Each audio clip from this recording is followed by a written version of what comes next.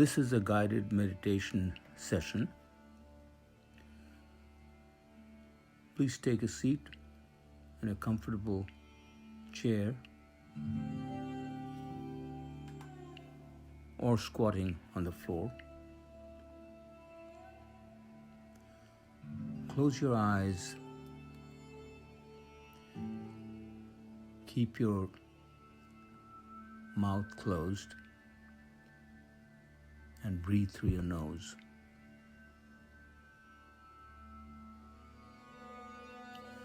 Breathe naturally, keeping your focus on the breath as the breath goes into your lungs and the warm air comes out through your nose again. Observe as your chest and your abdomen rises and falls along with your breath.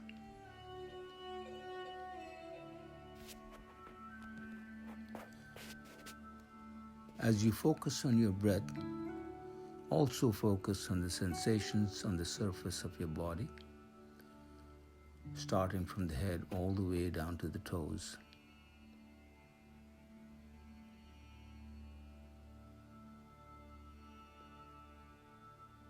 Lots of different sensations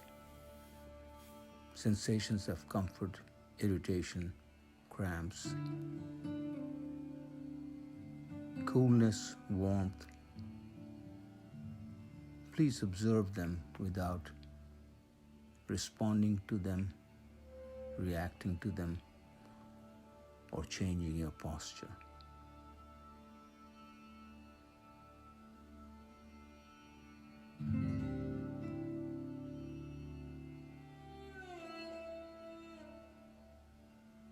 Now turn your gaze inwards, focusing on the present moment.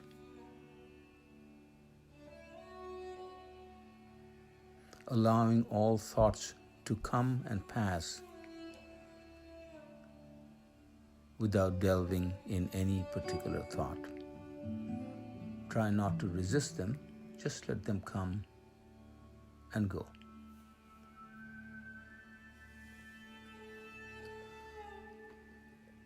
As you reach a certain degree of calmness and your focus remains on the present moment,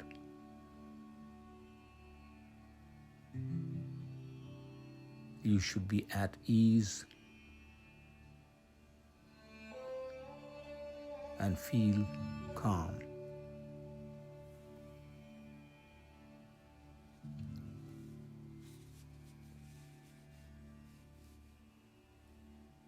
Let us now focus on the discourse for this meditation.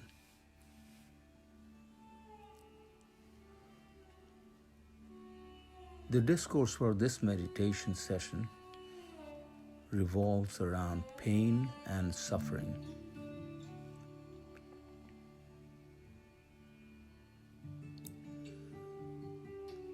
Pain and suffering are two words that are used synonymously and interchangeably. But are they the same? With pain comes suffering and vice versa.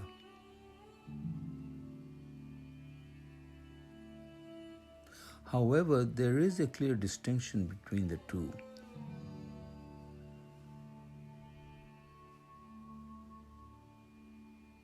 We all seem to have a vague understanding of what constitutes pain and suffering.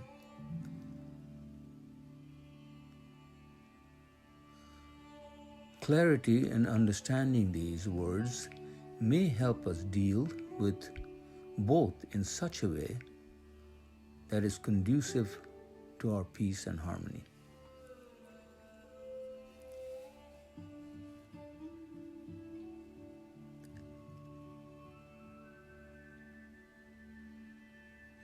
Pain can be physical or emotional.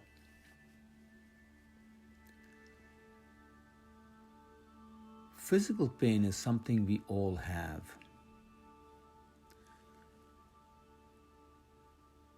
As long as we have sensation, we will have pain.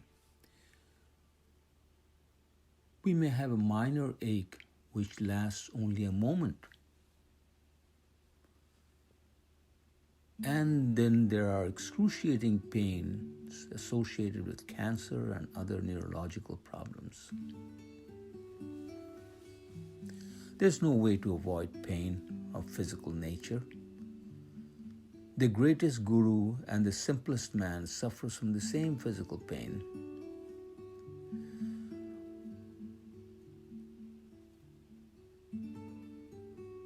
Whether it is a migraine, a sprained knee, an infected toe,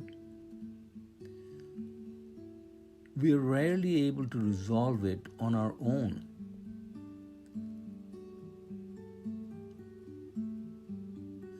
Yes, we can reduce it by taking medication or taking rest, but there's no way to make it disappear until such time as it goes away by itself.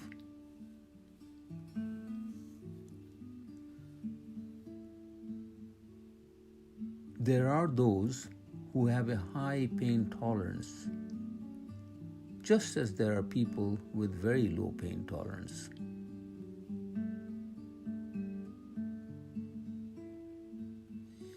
It is said that those who participate in deep meditation seems to show less anguish and tolerate pain better.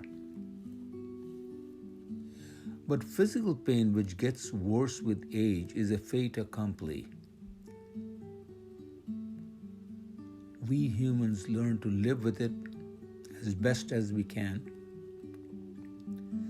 without drugging ourselves too much. By the end of life, most humans are hurting somewhere or other all the time.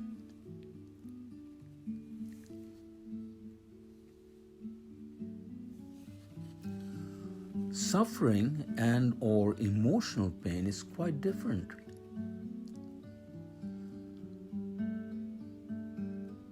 Suffering is the consequence of desires unfulfilled and unabated, and disappointments that we cannot or will not forget.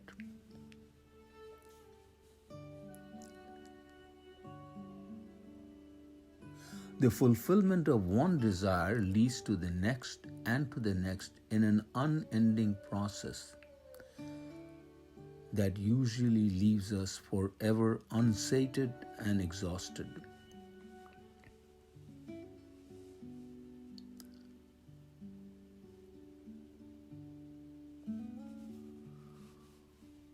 Suffering results when we take a painful situation like a disintegrating relationship or a traumatic event and start having an internal dialogue or a commentary over it.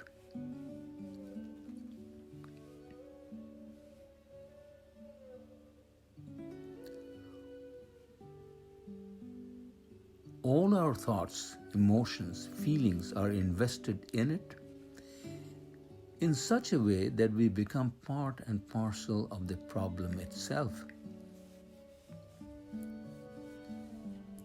It appears to be unrelenting.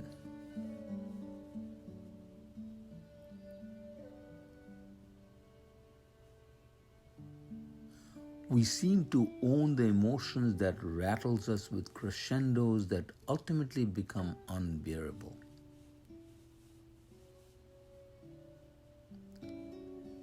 But we are unable to shirk it off.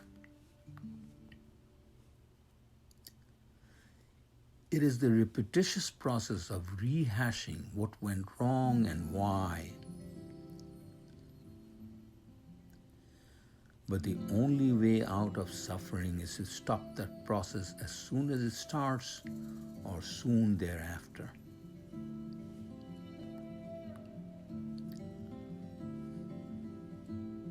Dwelling on what went wrong and why in no way eases the burden, but makes the burden much worse.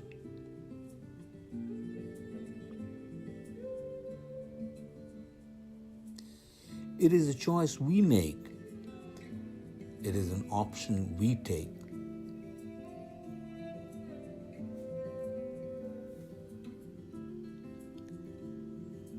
But sometimes, and many a times, we are totally unaware of it.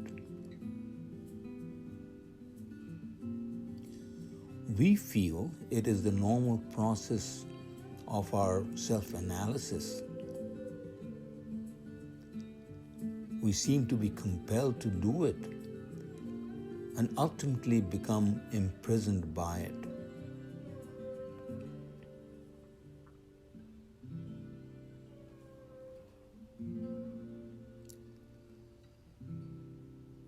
Instead of detaching ourselves from the problem, we submerge ourselves in it.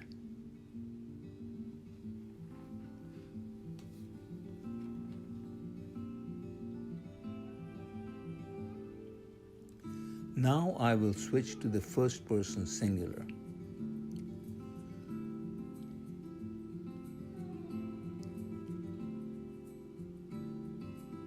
Suffering is ultimately a choice I make.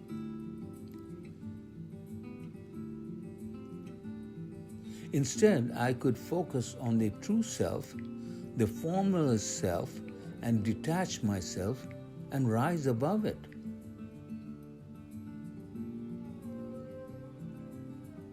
Or I can remain part of the illusory self, the conditioned self, and be battered by it.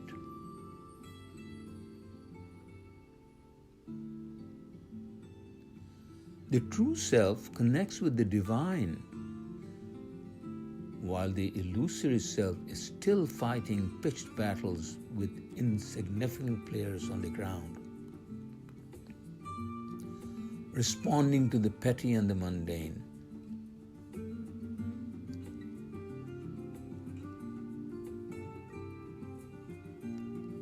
My simple consciousness can reach to the supreme consciousness,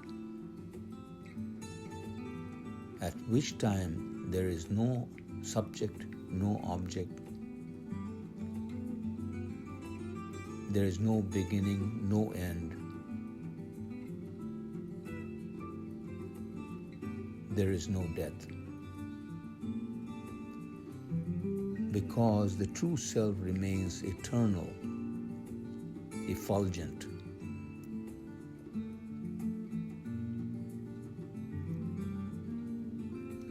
If I can penetrate to the depth of my own existence and my own present reality, the indefinable am that is myself in its deepest root,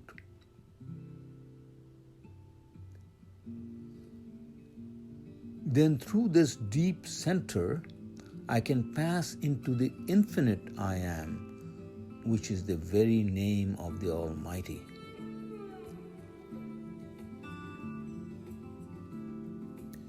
These are the words of Thomas Merton, a Trappist monk, a mystic.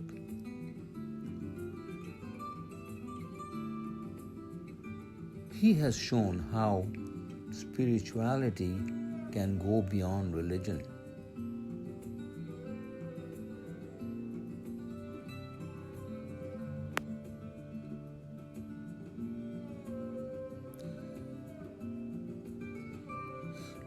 When my individual consciousness merges into the supreme consciousness, which is God, the two become one. And that is the end of all suffering. I have reached my resting place and I become eternal. And there is no more suffering. It appears arduous, but the process needs to be started because I need an end to my suffering.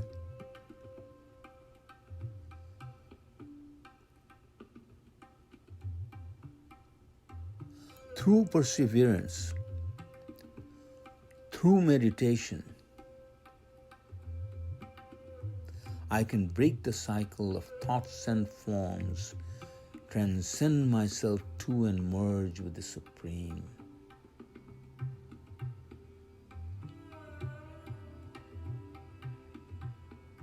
I am committed to that because that is where all my suffering ends.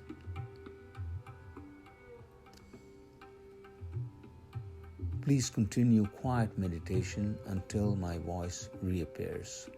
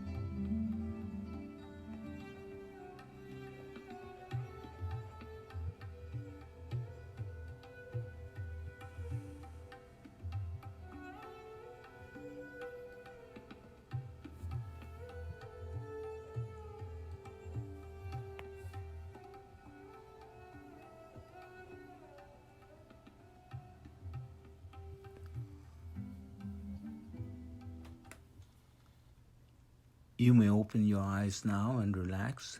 This ends the meditation session. Thank you.